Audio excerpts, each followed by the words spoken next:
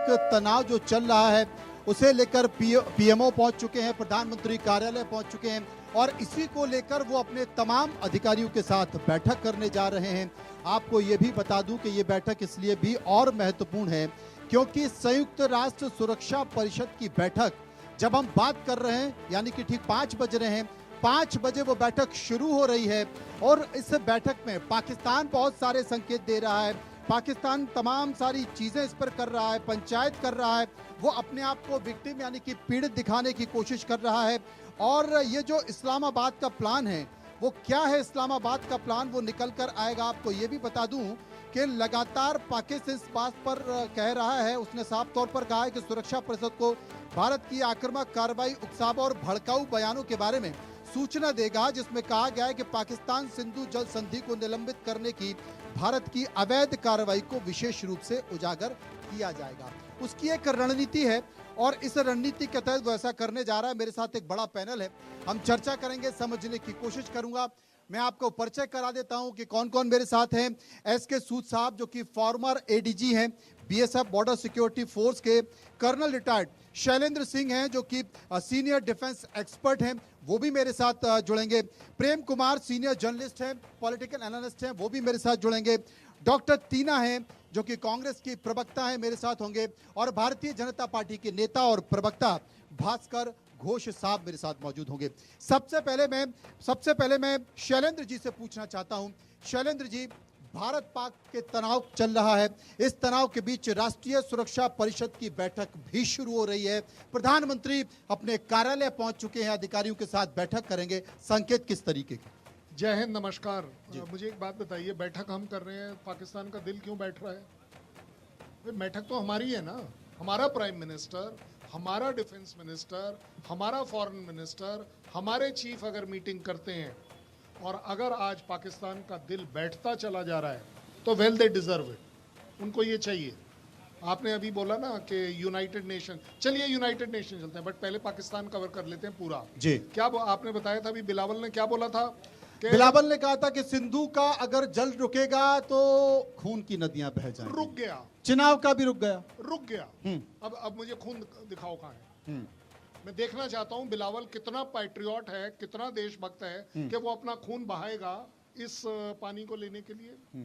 देखिए कुछ कथनी और करनी में अंतर है। नहीं, कथनी का ही है, करनी के ऊपर जाइए ही मत। अच्छा, पाकिस्तान इज नॉट करनी। लेकिन यस, ये बात जो आपने पहले कही कि लोग पानी के लिए तरसेंगे, देखिए मेरा हम सबसे रिक्वेस्ट है, जब एक बार लड़ाई के बारे में सोचना है तो फिर ये सब मत सोचिए कि मानवता कहाँ गई, लोगों को पानी मिलेगा नहीं मिलेगा, खाना मिलेगा नहीं मिलेगा, ये अब आपका कंसर्न नहीं होना चाहिए। आप हर बार इस कमजोरी में पड़ते हैं, आप हर बार इस ट्रैप में पड़ते हैं और इसीलिए कोई चीज हो नहीं पाती है।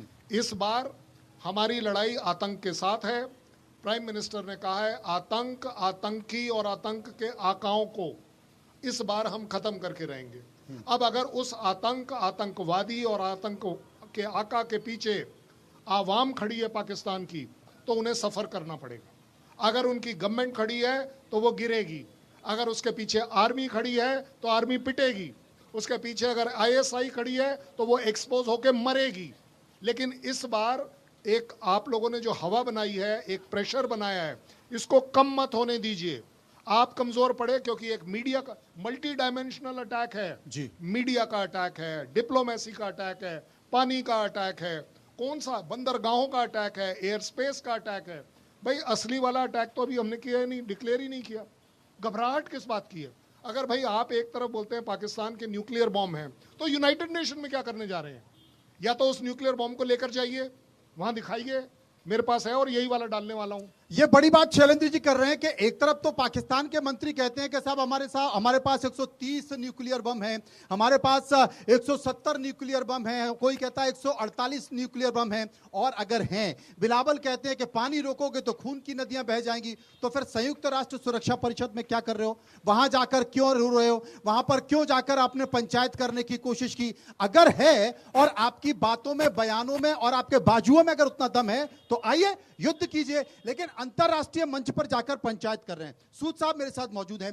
सूद साहब, तमाम सारी परिस्थितियों के बीच पाकिस्तान घिरा हुआ है। आज भी बलूचिस्तान में वहां पर पिटे हैं। सेना पाकिस्तान के ट्रकों में चाइना का सामान लूट लिया गया है। वजीरस्तान में भी वहां पर तमाम सारे पाकिस्तानी सैनिकों के ऊपर हमला किया गया है। और दूसरी तरफ आप हिम्मत दिखाने की बात करते हैं, जैसा कि शैलेंद्र जी ने कहा, फिर आप रोने लगते हैं, पंचायत करने लगते हैं, जांच की बात करने लगते हैं और कहते हैं कि एक बार सुन तो लो। माइक।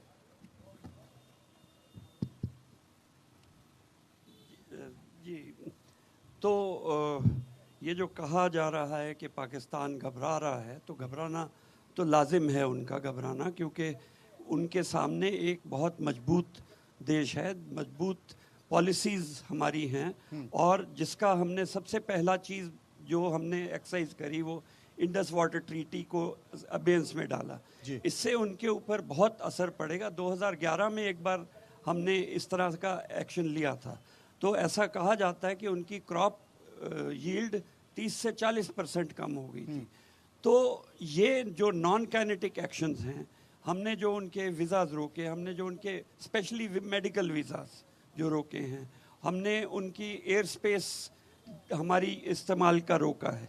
तो ये सारे एक्शंस बहुत ज़रूरी हैं, जिससे कि उनकी एक जो फ़ौज की और पब्लिक की विल को तोड़ा जा सके। और विल तोड़ने के बाद जब एक दफ़ा लड़ाई का सिद्धांत है कि जब भी किसी फोर्स की विल टूट जाती है तो उसके ऊपर हराना उसको बहुत आसान हो जाता है। हराना बहुत आसान होता है। और इस बीच बता दूं कि एक बड़ी खबर ये आ रही है, बीएसएफ